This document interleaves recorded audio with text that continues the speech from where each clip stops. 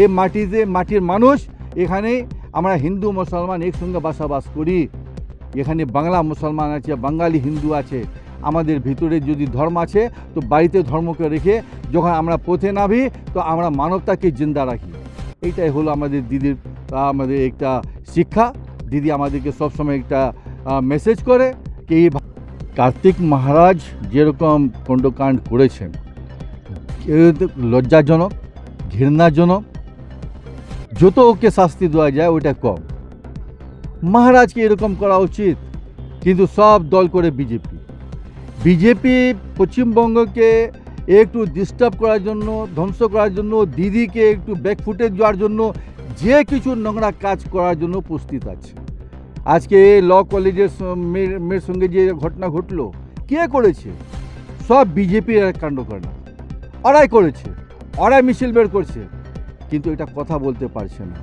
কিন্তু আইন আছে, মাননীয় মুখ্যমন্ত্রী বলে দিচ্ছেন, প্রশাসনকে বলে দিচ্ছেন যে যারা যারা এর সঙ্গে জড়িত আছে সবাইকে সঠিকভাবে ওদেরকে শাস্তি দেওয়া উচিত, ফাঁসি দেওয়া উচিত। এরকম দণ্ড দাও যে ওখান থেকে এটা শিক্ষা পায়। এখানে ইউপি করতে দেবো না, রাজস্থান করতে দেবো না। যেখানে যেখানে ডবল ইঞ্জিন সরকার আছে প্রত্যেকটি জায়গায় আপনি দেখেন এরকম কাণ্ড প্রত্যেক দিন হয়, কিন্তু পশ্চিমবঙ্গতে এরকম কাজ কোনো দিন হয় না। কিন্তু করার চেষ্টা করছে, যেহেতু নির্বাচন আসে সামনে, ওরা কোনো চান্স পাচ্ছে না, কোনো জায়গা পাচ্ছে না, তো এই নোংরা কাজ করার জন্য ওরা সবসময় প্রস্তুত থাকে।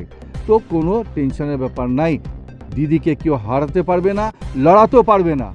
এই মাটিতে মাটির মানুষ, এখানে আমরা হিন্দু মুসলমান একসঙ্গে বসবাস করি। এখানে বাংলা মুসলমান আছে, বাঙালি হিন্দু আছে। আমাদের ভিতরে যদি ধর্ম আছে তো বাড়িতে ধর্মকে রেখে যখন আমরা পথে নামি তো আমরা মানবতাকে জিন্দা রাখি। এইটাই হলো আমাদের দিদির আমাদের একটা শিক্ষা।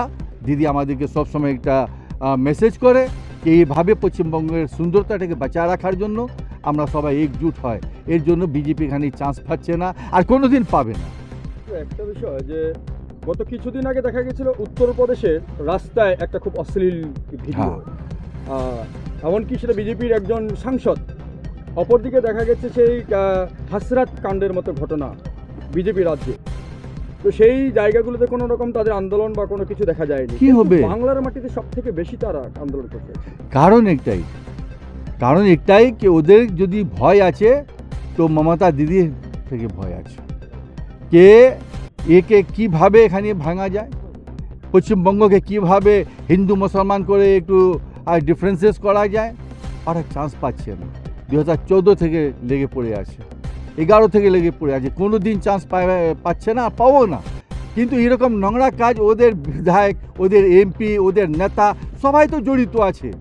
প্রত্যেকটি নেতার ক্ষেত্রে দেখেন না আপনি কি কাণ্ড করে থাকে পুরা রাজ্যতে, পুরা আমাদের দেশে যা দেখেন আপনি, প্রত্যেকটি রাজ্যতে যা দেখেন আপনি, যেখানে যেখানে বিজেপির ওখানে শাসক দলের মতন কাজ করে, তো এরকম ঘৃণা কাজগুলো ওদের একটা অভ্যাস হয়ে গেছে।